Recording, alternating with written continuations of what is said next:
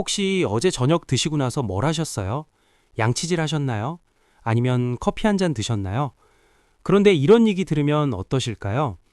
서울대학교 의대 교수가 이런 충격적인 발표를 했어요. 우리나라 65세 이상 어르신들이 식사 후에 하는 습관 중에 80%가 잘못됐다. 심지어 좋은 음식을 먹어도 식후 습관 때문에 오히려 독이 된다. 더 놀라운 건 뭔지 아세요? 전국 대형병원 소화기내과 의사 50명을 조사해 봤더니 이 5가지 습관은 본인들도 절대 하지 않는다고 대답했어요. 그리고 환자들에게도 꼭 하지 말라고 당부한다고 하더라고요. 그런데 우리는 어떨까요? 이 5가지 중에서 최소한 3개는 매일 하고 계시지 않나요? 모르고 하시는 거죠.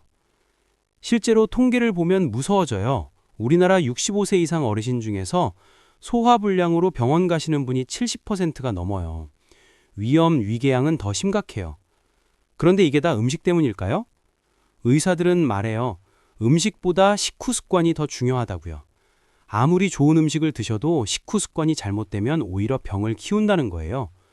오늘 이 영상 끝까지 보시면 여러분이 지금까지 모르고 계셨던 충격적인 진실을 알게 될 거예요. 그리고 지금 복용하고 계신 소화제나 위장약도 줄일 수 있을지도 모릅니다. 자, 첫 번째로 절대 하면 안 되는 습관부터 말씀드릴게요. 바로 식사 직후 양치질입니다. 이거 듣고 깜짝 놀라신 분들 많으실 거예요. 양치질이 나쁘다고요? 우리 어르신들은 어릴 때부터 밥 먹고 나서 양치질해라 이렇게 배워오셨잖아요. 그런데 큰 문제가 있어요. 식사 직후에 양치질을 하면 치아를 보호하는 에나멜층이 벗겨진다는 거예요. 특히 우리 어르신들이 건강에 좋다고 드시는 과일들, 오렌지, 포도, 블루베리 이런 것들에는 산성 성분이 많이 들어있어요. 그리고 커피도 마찬가지고요. 이런 걸 드시고 바로 양치질을 하면 에나멜층이 녹아내려요. 실제로 부산대학교 치의학과에서 실험을 해봤어요. 오렌지 주스를 마시고 바로 양치질을 한 그룹과 1시간 후에 양치질을 한 그룹을 비교했더니 바로 양치질을 한 그룹의 에나멜층 손상이 3배나 심했다고 해요. 그럼 어떻게 하라는 거냐고요? 물로 입을 헹구세요. 밥 먹고 나서 미지근한 물로 입안을 헹구어서 음식 찌꺼기만 제거하시고 양치질은 최소한 30분, 가능하면 1시간 후에 하세요. 대전에 사시는 김영수 할아버지 75세 분이 이런 경험을 하셨어요. 매일 식후에 바로 양치질을 하셨는데 치아가 점점 시리고 아프더니 치과에서 에나멜층이 많이 닳았다는 진단을 받으셨다고 해요. 두 번째로 절대 하면 안 되는 습관은 식후에 커피나 녹차를 마시는 겁니다. 이것도 정말 많은 분들이 하시는 거잖아요. 밥 먹고 나서 커피 한 잔 타서 마시는 게 일상이신 분들 정말 미안해요. 이런 얘기 해드려서. 그런데 정말 중요한 문제가 있어요. 커피와 녹차에 들어있는 타닌 성분이 철분 흡수를 막는다는 거예요. 특히 우리 어르신들이 건강에 좋다고 드시는 시금치, 콩나물, 두부, 견과류 이런 것들에서 나오는 철분이 제대로 흡수가 안 된다는 거죠.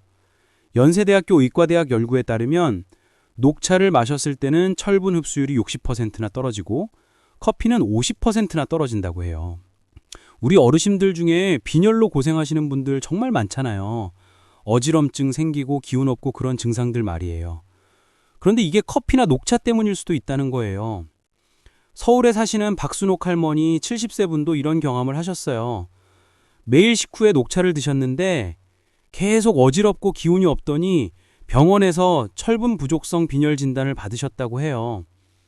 의사가 뭐라고 했는지 아세요? 할머니 혹시 밥 먹고 바로 차 드시죠? 하더래요. 그래서 식후 30분 후에 차를 드시기 시작했더니 3개월 만에 빈혈이 좋아졌다고 하더라고요. 세 번째로 절대 하면 안 되는 습관은 밥 먹고 바로 눕는 겁니다. 이거 정말 많은 분들이 하시죠.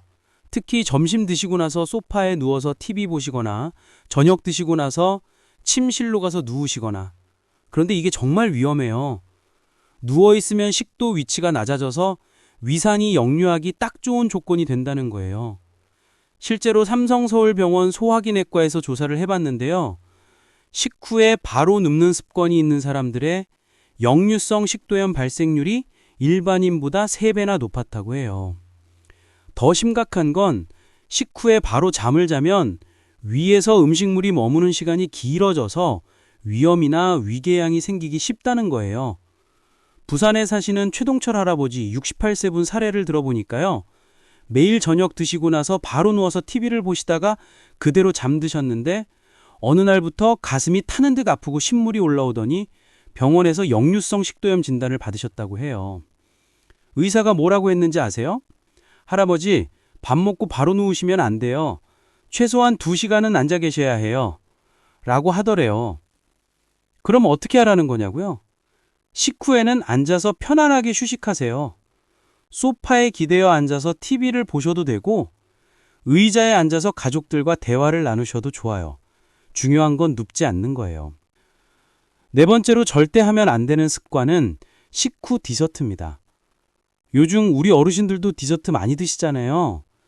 식사를 마치고 나면 혈당이 올라갔다가 서서히 안정화되는 시기인데 이때 단 음식이 들어오면 혈당이 다시 급격히 올라간다는 거예요.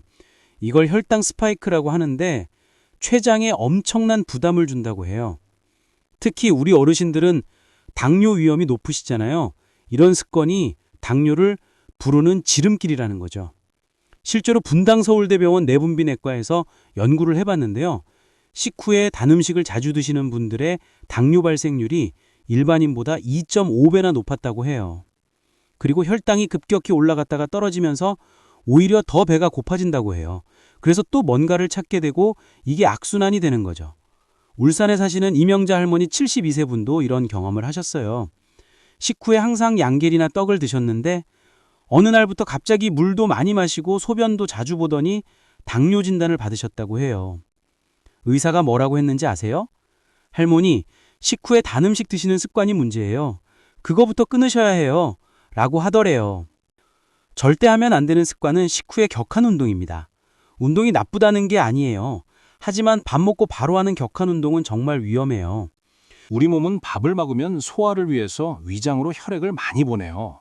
그런데 이때 갑자기 운동을 하면 근육으로도 혈액이 가야 하니까 위장에 가는 혈액이 부족해진다는 거예요. 그러면 어떻게 될까요? 소화가 제대로 안 되고 위경련이 일어날 수도 있어요. 심하면 구토를 하거나 어지럼증이 생길 수도 있고요. 실제로 고려대학교 의과대학 스포츠의학과에서 실험을 해봤는데요. 식후 30분 이내에 격한 운동을 하는 그룹의 소화불량 발생률이 일반 그룹보다 5배나 높았다고 해요. 대구에 사시는 김철민 할아버지 69세 분도 이런 경험을 하셨어요. 건강에 좋다고 점심 드시고 바로 등산을 하시다가 갑자기 위가 아프고 토하셔서 응급실에 가셨다고 해요. 의사가 뭐라고 했냐면 할아버지 밥 먹고 바로 운동하시면 안 돼요. 최소한 1시간은 기다리셔야 해요. 라고 하더래요. 그럼 식후에는 아무것도 하지 말라는 거냐고요? 아니에요. 가벼운 산책은 오히려 좋아요. 집 앞 공원을 천천히 걸어보세요. 이렇게 가벼운 움직임은 소화도 도와주고 혈당 조절에도 도움이 돼요. 자, 이제 올바른 식후 습관을 정리해 드릴게요. 첫째, 식후에는 바로 양치질하지 마시고 물로 입을 헹구세요. 양치질은 30분 후에 하시면 돼요. 둘째, 커피나 녹차는 식후 30분 이후에 드세요. 그래야 철분 흡수에 방해가 안 돼요. 셋째, 밥 먹고 바로 눕지 마세요. 앉아서 휴식을 취하시고 최소 2시간 후에 누우세요. 넷째, 식후 디저트 대신 자연 과일로 조금 드세요. 혈당 급상승을 막을 수 있어요. 다섯째, 격한 운동은 1시간 후에 하시고 가벼운 산책 정도는 바로 해도 괜찮아요. 실제로 이런 식후 습관을 바꾼 분들의 변화를 보면 정말 놀라워요. 광주에 사시는 정순래 할머니 69세 분은 이런 5가지 습관을 모두 바꾸셨는데 3개월 만에 소화불량이 완전히 좋아지셨고 빈혈 수치도 정상으로 돌아왔다고 해요. 여러분도 오늘부터 이 5가지 습관만 바꿔보세요. 아무리 좋은 음식을 드셔도 식후 습관이 잘못되면 소용없어요. 하지만 식후 습관만 바꿔도 몸이 완전히 달라질 거예요. 건강은 작은 습관의 변화에서 시작됩니다. 오늘 이 영상이 여러분의 건강한 노년을 위해 조금이라도 도움이 되었으면 정말 좋겠어요. 다음에는 또 다른 유익한 건강 정보로 찾아뵙겠습니다. 끝까지 시청해 주셔서 감사합니다. 건강하세요.